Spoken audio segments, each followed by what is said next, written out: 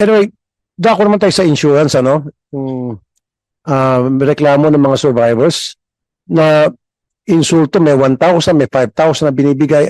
Allison, meron bang insurance policy? Updated ba yung insurance policy ng barko na lumubog? Allison, I'm talking to you. Attorney, what's your name? Attorney. What's your name, attorney? Nelson po. Attorney Nelson. Tan po. Ano po? Nelson Tan po. Nelson Tan. Yes. Okay. Sige. Insurance coverage. Marami nagrereklamo na ang binibigay nyo lang daw 10,000. That's supposed to be 200,000 nakalagay sa policy ninyo. Pero kung LTFRB yung pag-uusapan, buti pa pala kapag na-aksidente sa lupa, 400,000 ang kapalit ng buhay ng taong na-aksidente. Kung namatay, sa barko pala, 200,000 na. But anyway, sige. Hindi nyo yata binayaran. Marami sa mga survivors, sa mga victims na lunod, hindi nyo binayaran. Tapos tinawag nyo pa mga adik yan, huwag natin bigyan. Meron pang kagulong mga salita kayo. Explain, please. Mr. Chairman, if you allow me to have a short opening statement.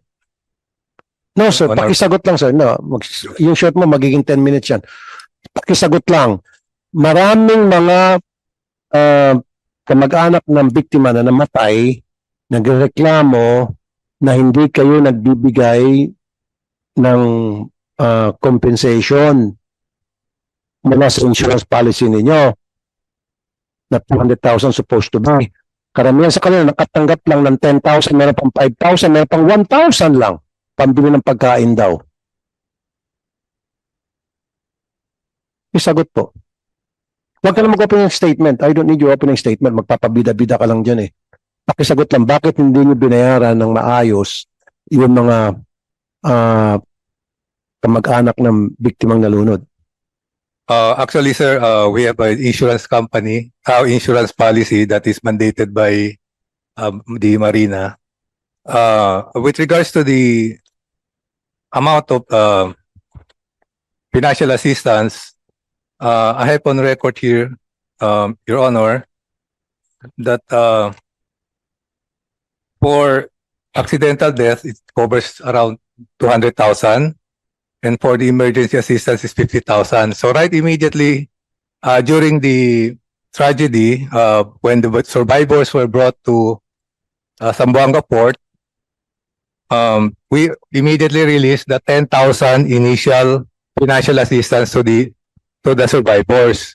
Now we have on record here that we immediately released 274 passengers with 10,000 each. That was meant for the immediate financial assistance. With regards to 10,000 para sa mga survivor, yes, immediate assistance na yon. yes. Sa So- tingin mo, tama ba yun? Na yung halagang yon? Hindi po, kasi initial po yun, para meron lang po silang pagkain and other transportation needs during the May mga reklamo mula sa mga survivor na yung kanilang hospital bills hindi yung sinashoulder. Ang nagsashoulder ay yung mga victims. we have the receipts po na we are Ano ba yan? Survivor? Si mga survivor? Gusto magsalita tungkol dun sa assistance na Ganito po, nabanggit nyo? sir. Nung palapag na po kami dito, papuntang Maynila, nung isang araw, may isang nagsabi taga Allison, ang sabi sa amin, masaya na kayo, nakatanggap kayo ng pera. Allison po yun, sa tibol mismo po ng Allison. Galing po kami ng Hulo, papuntang Zamboanga, then Zamboanga to Manila. May trauma pa po kami hinarap namin, ganun pa po ang sasabihin sa amin na kami ay masaya na dahil po sa pera. Hindi namin po ipagpapalit ang buhay namin dahil lang sa 40,000 or 10,000. Furthermore, we would like to add po na ang sabi po ng representative ng Allison, kapag wala pong ticket specifically referred to the children or minor, hindi po nila bibigyan ng cash assistance, hindi po nila bibigyan ng hospital, hindi po nila sasagutin ng hospital bill. So, tama po ba yun? Meron pong sanggol kahapon lang. Na-retrieve po, wala ng ulo. Tapos ganun po sasabihin ng representative ng Allison. Okay, Marina or DOTR, paano yung mga pasahero na wala sa manifest at namatay? Siyempre, ang babayaran ng insurance company ay yung nasa manifest lang. So paano yung excess passengers na wala sa manifest? Paano na sila? Would like to Mr. answer? Chair, if I may, under our existing policy, the ship owner is obligated to oblige to provide the And the same amount kung ano nakaspecify sa same po insurance as the policy. insurance cover. So But that's these are not happening. But that's unmanifested. not happening in this case. Hindi nababayaran itong mga survivor, pati yung mga kamag-anak ng biktimang namatay. Madadagdag po yan sa mga violations in terms of the CPC. Clarify lang po namin, Senator Tulfo, na sabi po ni Attorney Nelson, ang 10,000 pesos daw po ay initial cash assistance for food, as what you said earlier. Ang sabi niyo po sa witnesses natin, kapag sinagot niyo na yung hospital bills, good as yun na po yung assistance na ibibigay niyo for life. Yun na po talaga, hindi na po kayo magbibigay ng separate na kumbaga, kung sila ay na-hospital, nabawasan pa yung dapat nilang marireceive. Eh yung mga hindi na-hospital pero na-trauma, sila yung kapag naka-receive ng intended, tapos yung mga na-hospital, yun na po, nabawasan pa po. So, ano po ba yun na ginagawa nyo, tinitipid nyo ang mga pamilya ng biktima sa insidente na mga kasalanan nyo? Sir. If I may, sir. Sir Sally. Nagbigay sila ng 10,000. Okay. Nung nag-ingay na, sir, nag-additional siya ng 40,000. Yung 10,000, sabi nila, What do you mean nag-ingay? Nung nag-ingay, nagdagdag ng 40. hindi, yung lumaki ng issue, sir. Okay. Yung 10,000, sabi ni Nelson, food assistance. Nung nag-ingay na, nagdagdag sila ng 40,000, bali 50,000, yun daw ang bayad ng insurance. Ngayon, ang offer nila sa amin is 100,000. Insurance is 200,000. May announcement sila, magbibigay sa 300,000. Hindi nila binanggit, ang 200,000 ay sa insurance. Ang lalabas doon, Allison ang nagbayad ng 10,000. Sir, yung mga nag-reimburse na-admit sa hospital nung pagdating namin ng Zamboanga, hindi ba daw makakuha ng 50,000 sa mga survivor? Hindi ay dahil na-covered na ang pera na yon doon sa bayan nila sa hospital. Ganyan sila nangyayari sa amin sa Zamboanga. Di ko alam kung anong gustong palabasin ng Allison. Kami ba nilalaro? O ayaw nilang magpakawala ng pera nila? Yun ang tanong ko, sir. Salamat po. Thank you, Mr. Sally.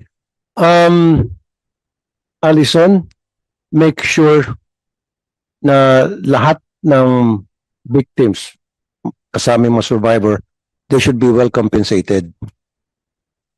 Your Honor, may I be allowed to answer or to explain? Before you answer, before you explain. Also, Marina, palitan nyo yung inyong polisiya sa pagdating sa insurance coverage. Kasi sa LTFRB, 400,000 kapag namatay sa aksidente ang isang pasahero dito sa lupa. Sa inyo, 200,000 lang. Tapos meron pa kayong tinatawag na no-fault insurance policy na kapag ang barko ay lumubog, polisiya nyo, ma'am, huwag kayong tumawa. May mga namatay dito, seryoso, pangiti-ngiti ka pa, huwag kang ngumiti. Kapag lumubog ang isang barko na sa investigasyon ng mga otoridad ay hindi ka pabayaan dahil aksidente lang halimbawa because of the force, because of isa malaking alon hinampas at nalubog, walang overloading, walang mababayaran na casualty under that no-fault insurance policy na tinayagan ng Marina. Dapat kahit na yun ay aksidente talaga at lumubog yung barko, at walang kapabayaan, kahit na walang kapabayaan, dapat binabayaran ang lahat ng biktima at survivors. You change that. Ang balita ko, nagkaroon kayo ng ganong polisiya dahil naglabi raw yung mga ship owners. Nagkaroon na ata ng lagayan, bigayan. Marami atang pilak kumalat mula sa mga lobbyist. Under your watch, don't let that happen. So palitan yung pong polisiya yung no fault policy. And then yung 200, taasan nyo po. Okay. Sige. Alison, okay. Attorney Nelson Tan. Okay, sorry na-interrupt kita kanina. Meron kang gusto sabihin tungkol sa mga insurance coverage? Insurance policy? Yes, sir. Mr. Chair, thank you for giving me the opportunity to explain. As of today, I would like to tell the committee that we have already released around 21 million for as financial assistance. This covers only for the survivors and casualties po. As with regards to the medical expenses for those that needed medical care, we have already covered their medical expenses, and the amount is already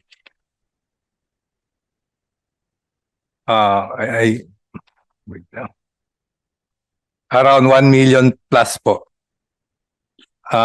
We went around the hospitals all over Zamboanga, and we assured this. There are actually some of them were already discharged, but there are still 3 who are admitted, and we assured them that we will be covering their medical expense. So lahat ng hospital bills Yes, sa lahat ng mga survivors na na-hospital, na admit, or whether na-admit man o outpatient, bayad na. Opo.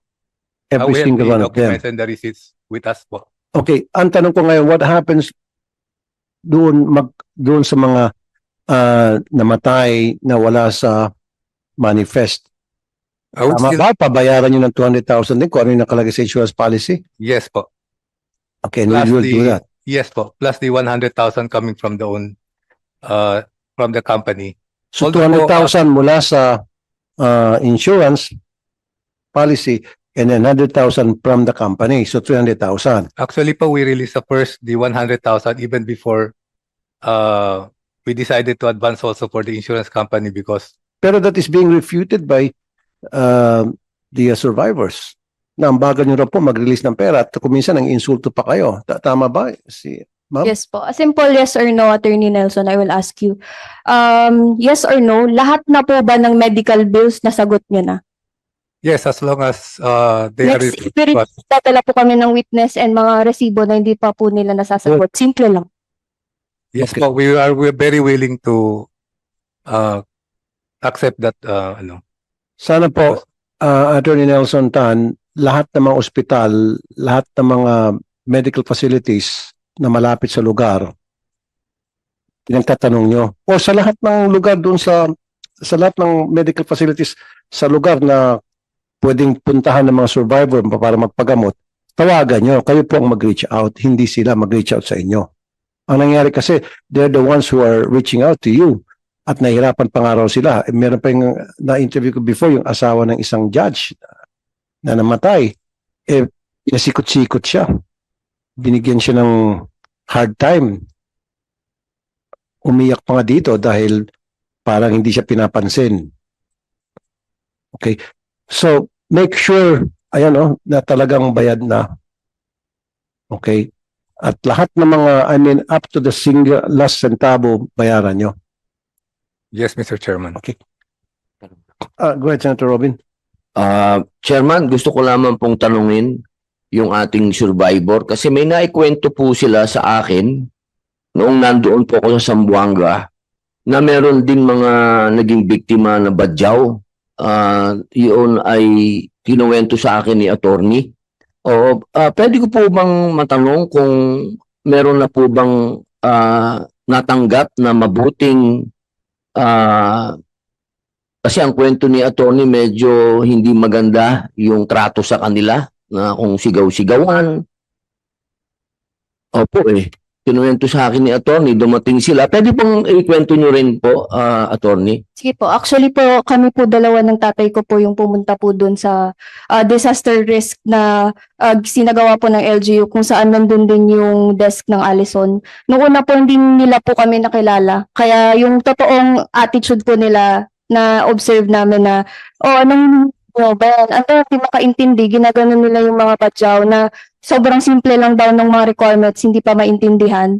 Tapos, nung dumating na po kami, nung nag-amok na po kami, sinabi na po namin na nagpakilala na po si ama na isa siyang survivor, na siya po si Attorney Aquino sa Gili. Bigla na po nilang nalitan yung rules nila na dati po kasi kailangan mag-sign ng acknowledgement receipt. Acknowledgement receipt po yung nakalagay sa papel, pero ang mga salita po na nandun medyo delikado, parang mukhang quit claim. Nung inawat na po natin sila kung bakit nagpapasign pa po sila, para saan pa ba yun, bigla nila pong binago yung rules nila na hindi na kailangan mag-sign. So, ibig sabihin po, hindi po talaga necessary in the first place yung acknowledgement receipt. Quit claim disguised as acknowledgement receipt. Pero umaasa lang po sila na ang mga pasahero, ang mga biktima, ang pamilya ay walang alam at magko-comply na lang po sa direktibo nila. Which is ganun din po ang ginawa nila nung Lady Mary Joy. Kaya 3,000 pesos lang po yung binigay sa mga kaanak na nasunog yung katawan. 3,000 pesos Yes doon sa po. mga victims. Marina, are you aware of this? Admittedly, Mr. Chair, I'm not aware of this, but this will be included in the investigation that I'm conducting in relation to Mary Joy 3. Look at the possibility na siguro i-revoke na lang itong frankisa ng Allison. Kasi wala nang katapusan, tuloy-tuloy ng pagkakadisgrasya ng mga barko nila. Just revoked it. Yes, Attorney Nelson. With due respect po, we have the purpose of the acknowledgement receipt is to show that the money was released. And hindi naman po na we know that there's no actually, Okay, anong wordings doon sa acknowledgement receipt? Can you read it to us? yes, acknowledgement receipt. I, legal age Filipino and a resident of blank, hereby acknowledge that I have received from Allison Shipping the amount of 100,000 as compensation or indemnification for the injuries, losses, and all damages I sustained arising from the unfortunate event.